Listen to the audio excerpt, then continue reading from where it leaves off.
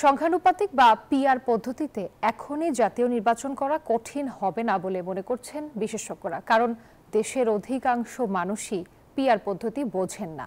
আবার এই পদ্ধতিতে সরকার গঠন করলে সরকারের স্থিতিশীলতা থাকবে না বলে মত তাদের।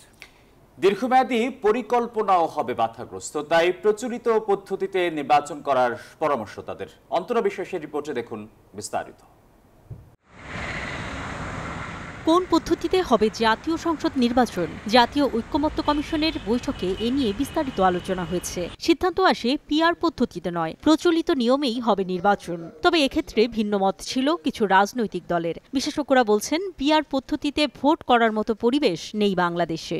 যেটা ঐক্যমত্য হয়েছে দ্বিমত সত্ত্বেও, সেটাই কিভাবে বাস্তবায়িত হবে, আইনগত কিভাবে বাধ্যবাধকতার সৃষ্টি করা যাবে, সেটাই এখন আলোচনার বিষয়। অতএব নতুন বিষয়ে অবতারণা করার সুযোগ আমি তো দেখি না। এরই মধ্যে বাংলাদেশ জামায়াতে ইসলামী সহ বেশ কয়েকটি রাজনৈতিক দল পিআর পদ্ধতিতে ভোটের দাবি জানিয়েছে। তবে পিআর পদ্ধতি চায় না বিএনপি। বিশেষজ্ঞরা মনে করেন সাধারণ মানুষ নতুন এ পদ্ধতি বোঝে না খুব একটা। তবে অপেক্ষাকৃত ছোট দলগুলো সংসদে চলে আসতে পারবে। বিএনপি পিআর পদ্ধতি চায় না। একদম সাধারণত হচ্ছে যে আপনি যদি সরকার গঠন করতে চান তাহলে আপনার 50%-এর বেশি ভোট পেতে হবে, এবং বিএনপির কাছে তো 50%-এর বেশি ভোট নেই। সুতরাং বিএনপি তো চাইবে যে তারা একটা ভোট যেভাবে হচ্ছিল সেটা হোক, এবং তারা যদি সংখ্যাগরিষ্ঠতা অর্জন করতে পারেন তারা সরকার গঠন করবেন। তো সরকার গঠনের রিস্ক বিএনপি কেন নেবে? সুতরাং বিএনপি পিআর পদ্ধতি চাইবে না, এটাই স্বাভাবিক। পিআর পদ্ধতিতে ভোট হলে জটিলতা বাড়বে বলে মনে করেন রাজনীতি বিশ্লেষক অধ্যাপক ডক্টর মাহবুবুল্লাহ।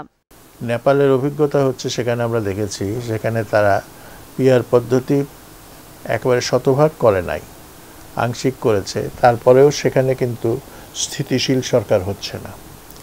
বাংলাদেশের জন্য এই মুহূর্তে স্থিতিশীলতা অত্যন্ত প্রয়োজনীয় একটি বিষয়, এবং স্থিতিশীলতা যদি না থাকে তাহলে এখানকার উন্নয়ন বলেন বা শিক্ষা সংস্কৃতি সব ব্যাপারে যে অগ্রগতি, সেই অগ্রগতিটা অর্জন করা সম্ভব হবে না। তো এইরকম পরিস্থিতি নিঃসন্দেহে গণতন্ত্রের অগ্রযাত্রার জন্য সুখকর না।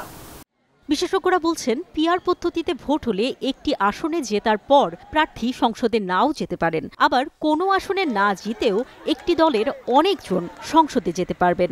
সেক্ষেত্রে স্বতন্ত্র প্রার্থীদের জোট না বাঁধলে সংসদে যাওয়া কঠিন বা অসম্ভব হবে। অন্তরা বিশ্বাস, নিউজ 24, ঢাকা।